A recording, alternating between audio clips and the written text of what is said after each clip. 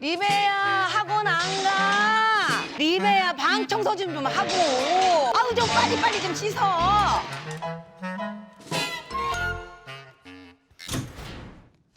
아이씨, 진짜 짜증나게. 엄마, 녹화하는 거 몰라?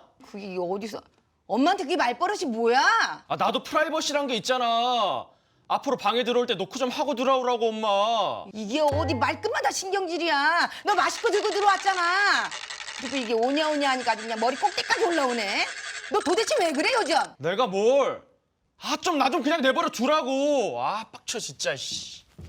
어머. 쟤 내 아들 아니다. 아니야 우리 아들 머릿속에 누가 들어갔고 그래 조종하는 거야. 틀림없어. 아우 세상에. 아빠 왔다. 아, 아휴, 저거 그냥. 야, 이놈 자식아. 아빠가 왔는데 쳐다보지도 않냐? 어? 야, 똑바로 인사 안 해? 그리고 이게 방꼬라지가 이게 뭐냐, 어? 그 돼지우리야? 네가 돼지야, 개야? 내 방인데 아빠가 무슨 상관이야. 아, 좀 나가. 야, 이 자식아. 여긴 내 집이야. 내가 내 맘대로 있지도 못해? 너 누가 키우고 재워? 말버릇 기다리고 할래? 어? 진짜 말이 안 통하네. 다들 내 방에 발도 들이지 마. 어? 부모가 하지 말아야 할 일 중에 첫 번째가 바로 설교거든요.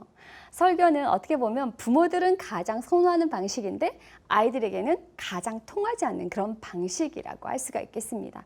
부모 입장에서야 애들한테 좀 많은 유용한 정보도 주고 싶고 또 애들은 나 같은 실수를 좀 반복하지 않았으면 좋겠고 그래서 좀 잘 되라는 입장에서 이런저런 뭐 어려움 겪지 말라고 잘 살아가라고 이야기를 해주는데 아이들 입장에서는 그게 이제 설교로, 훈계로 들리는 거죠. 그렇게 얘기를 하다 보면 아이들이 제대로 안 듣거든요. 그럼 안 듣고 있으면 너 지금 엄마가 말하는데 왜 안 듣냐? 어른이 말하면 똑바로 고개 들고 들어야지 이렇게 하게 되죠. 그런 상황이 애들이 제일 싫어하는 상황이라는 거죠.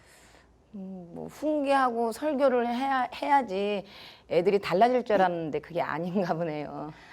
그래도 아이들 행동 하나하나 눈에 안 걸릴 수가 없어요. 막 방은 너저분하게 널려 있죠. 숙제는 제때제때 안 하고 몰아서 하고 있죠. 시험 공부는 막 벼락치기로 하기가 일쑤죠. 그러다 보니까 그냥 어쩔 수 없이 화가 나서 소리를 지르게 돼요. 방 좀 제발 좀 치워라. 숙제 좀 제발 해라. 너 왜 이렇게 게을러 터졌니? 공부는 언제 할 거니? 네. 이런 말이 안 나올 수밖에 없네요. 그렇죠. 맞습니다. 그런데 지금 어머니가 하신 말씀 그게 바로 어떻게 보면 애들 입장에서는 잔소리거든요. 양육 방식 중에 가장 안 통하는 게 바로 잔소리입니다. 그래서 잔소리는 10대 아이들에게 물어보면 가장 싫어하고 비효과적인 방법이라고 나오거든요. 그래서 부모들 입장에서는 자꾸 반복해서 말하다 보면 결국은 깨닫겠지라고 생각하지만 잘못된 생각입니다. 청소년들은 잔소리가 거듭될수록 더 무시하고 화만 낼 거고요. 잔소리가 계속되면 애하고 관계만 나빠지는 경우가 많더라고요. 특히 무슨 말만 하면 짜증내기가 일쑤고요. 얼마나 예민하게 구는지 또 어떨 땐 따박따박 말대꾸까지 한다니까요. 그렇게 대들 때 보면 정말 뚜껑이 열려요. 네, 그렇죠. 그거는 우리가 앞에 공부하셨듯이 뇌가 청소년은 성인과 다르기 때문인데요. 10대 청소년 자녀와 논쟁을 하는 것은 소용이 없는 일입니다. 왜냐하면 아이들 에너지가 넘치거든요. 부모가 싸움 걸면 언제든지 응수할 준비가 돼 있습니다. 애들 에너지 못 당합니다. 그래서 앞서 살펴봤듯이 부모는 논쟁을 할 때 이 전두엽을 사용하고요. 청소년은 편도체를 사용하기 때문에 서로가 전혀 다른 뇌 부위를 사용해서 대화를 하기 때문에 서로가 이해가 안 되는 상황인 거죠. 그래서 필요한 거는 논쟁을 하는 대신에 부모가 원하는 것을 자녀에게 직접 간단하게 이야기하고 나오는 것이 가장 좋습니다. 아이들이 짜증을 설령 낸다 하더라도요. 그거 무시하고 힘겨루게 동조하지 않는 게 정말 중요합니다. 그래서 우리가 한 가지 더 생각해 볼 게 있는데요. 평소 엄마, 아빠들이 많이 하는 말투를 우리가 한번 떠올려 볼 필요가 있는데요. 보통 혹시 어머니는 아이하고 이야기할 때 어떤 말 주로 사용하시나요? 한번 생각해 보시겠어요? 너 군뱅이냐? 이 다음에 커서 뭐가 될래? 머리 스타일은 또 그게 뭐냐? 너 누구 닮아서 그러니? 뭐 이런 말들이요. 네, 그렇죠. 애들 하고 다닌 거 보면 그런 말이 안 나올 수가 없는데요. 그런데 그런 말투가 바로 애들 입장에서 봤을 때 인신공격적인 자세라고 볼 수가 있습니다. 사실 부모가 하는 이 인신공격성의 말은 청소년에게 아주 해롭습니다. 설령 이제 이 아이들이 그 말을 듣고요, 막 이렇게 반항하고 또 화를 버럭 낸다 하더라도요, 아이들이 부모의 말을 겉으로는 이렇게 반항한 것처럼 보이지만 그 말을 아이가 내재적으로 받아들이거든요. 그래서 그 아이들에게 아주 이렇게 안 좋은 영향을 미치게 되는데, 부모가 비난을 하면 아이들에게 사랑받고 싶고 또 보호받고 싶은 욕구가 좌절이 되게 됩니다. 그래서 어떻게 보면 아무 뜻 없이 또는 화가 나니까 마구 그냥 말로 내뱉게 되는데, 이렇게 하게 되면 어떤 면에서는 아이들에게 꼭 신체적으로 해를 가하지 않더라도 언어적으로 하는 말도 아이들에게는 정서적으로 학대가 될 가능성이 있다라는 거죠. 그래서 부모에게는 좀 더 좋은 대처 방식으로 본보기로 보여줘야 할 책임이 있는 거죠. 자, 이제 우리가 얘기 나눠봤는데 아들하고 대화하기 조금 나아지셨을까요? 예, 제가 아이들한테 하지 말아야 될 얘기를 한 것 같네요. 네. 생각도 많이 들고 우리 애가 그래서 더 많이 예민해졌나 이런 생각도 하고요. 또 제 대화 방식을 좀 바꿔보는 것도 나쁘지 않겠다 이런 생각도 드네요. 네. 누군들 뭐 아이 키우는데 자신 있는 사람이 있겠습니까? 네. 오늘 나와주셔서 정말 감사합니다. 예, 감사합니다. 자, 그러면 저는 이어서 부모로서 해야 할 행동에 대해서 구체적으로 좀 말씀드려 볼까 합니다. 자, 앞에 어머니 보셨는데요.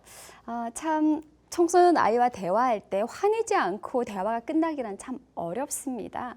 그럼에도 불구하고 부모는 끊임없이 자녀와 대화를 시도해야 합니다. 자녀에 대한 부모의 사랑과 지지를 보여줄 수 있는 가장 좋은 방법이 뭔가? 그것은 바로 아이의 말을 잘 들어주는 겁니다. 상담에서는 이것을 경청이라고 이야기를 하죠. 앞에서 살펴봤듯이 청소년 뇌는 감정 영역이 먼저 작동해서 정보를 해석해내기 때문에 아이들은 종종 청소년기가 되면 다른 사람의 어떤 행동들이나 비언어적 메시지를 오해해서 받아들이는 경우가 상당히 많거든요. 질문해놓고 이제 대답을 기다리는 그 부모의 무표정한 것을 보고서는 화가 났다라고 오해를 한다든지, 또는 그냥 본 건데 노려봤다고 이렇게 생각을 한다든지, 아무 의미 없는 그냥 눈짓 하나에도 자기를 거절했다고 생각하든지, 이렇게 오해를 하기가 쉽다라는 겁니다. 그래서 청소년 자녀와 대화할 때는 사소한 말일지라도 존중해주는 태도가 정말 중요합니다. 그래서 자녀하고 말을 할 때는요, 불평하지 말고 선생님 말 잘 듣는 게 좋을 텐데 라고 이렇게 말하는 대신 그냥 그 아이의 말을 잘 경청해 주는 거. 아유, 네 입장에서 정말 화났겠다. 그래, 짜증 났겠다. 아유, 싫었겠네. 그 정도로 그냥 응수만 해주면 아이는 자기 마음속 이야기들을 조금 더 많이 할 수 있게 되는 거죠.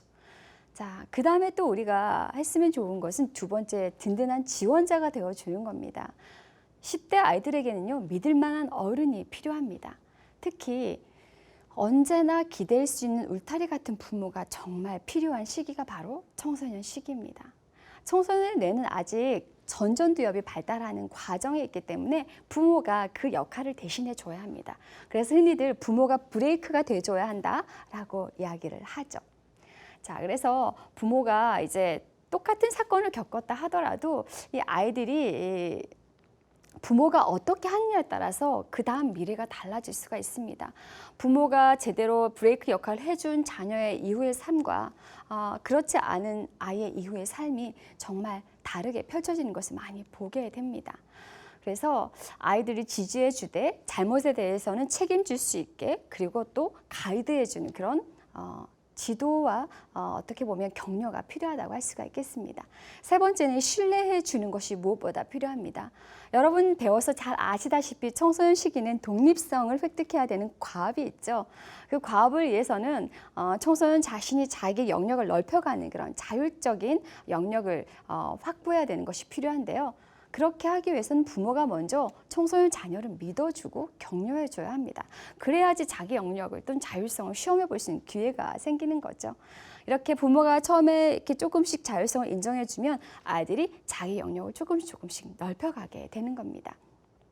부모가 믿어주면요, 애들은요 속으로 되게 뿌듯해합니다. 아, 우리 엄마 아빠가 나를 믿고 있구나 라고 생각을 하는 거죠. 그런데 부모가 자기를 믿지 않는다고 생각하면 굳이 자기가 잘 행동할 필요를 못 느끼게 되는 거죠.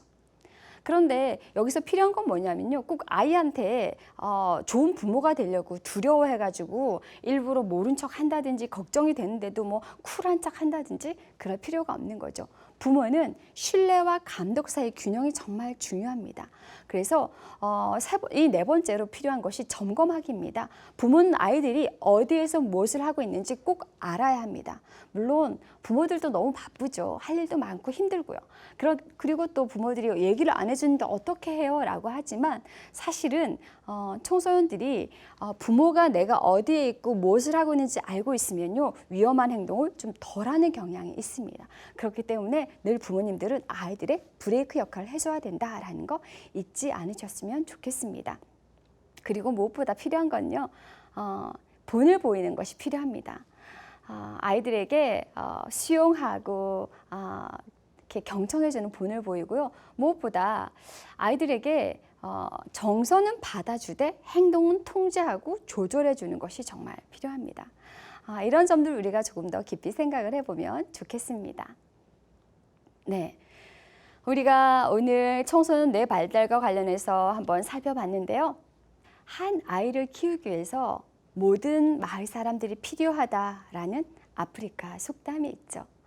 그것처럼 우리가 청소년 하나가 제대로 어른으로 성장하기 위해서는 그만큼 많은 사랑과 관심이 필요하다는 것입니다. 물론 쉽지 않겠지만 우리 다 같이 함께 힘을 내서 노력을 해봤으면 좋겠습니다.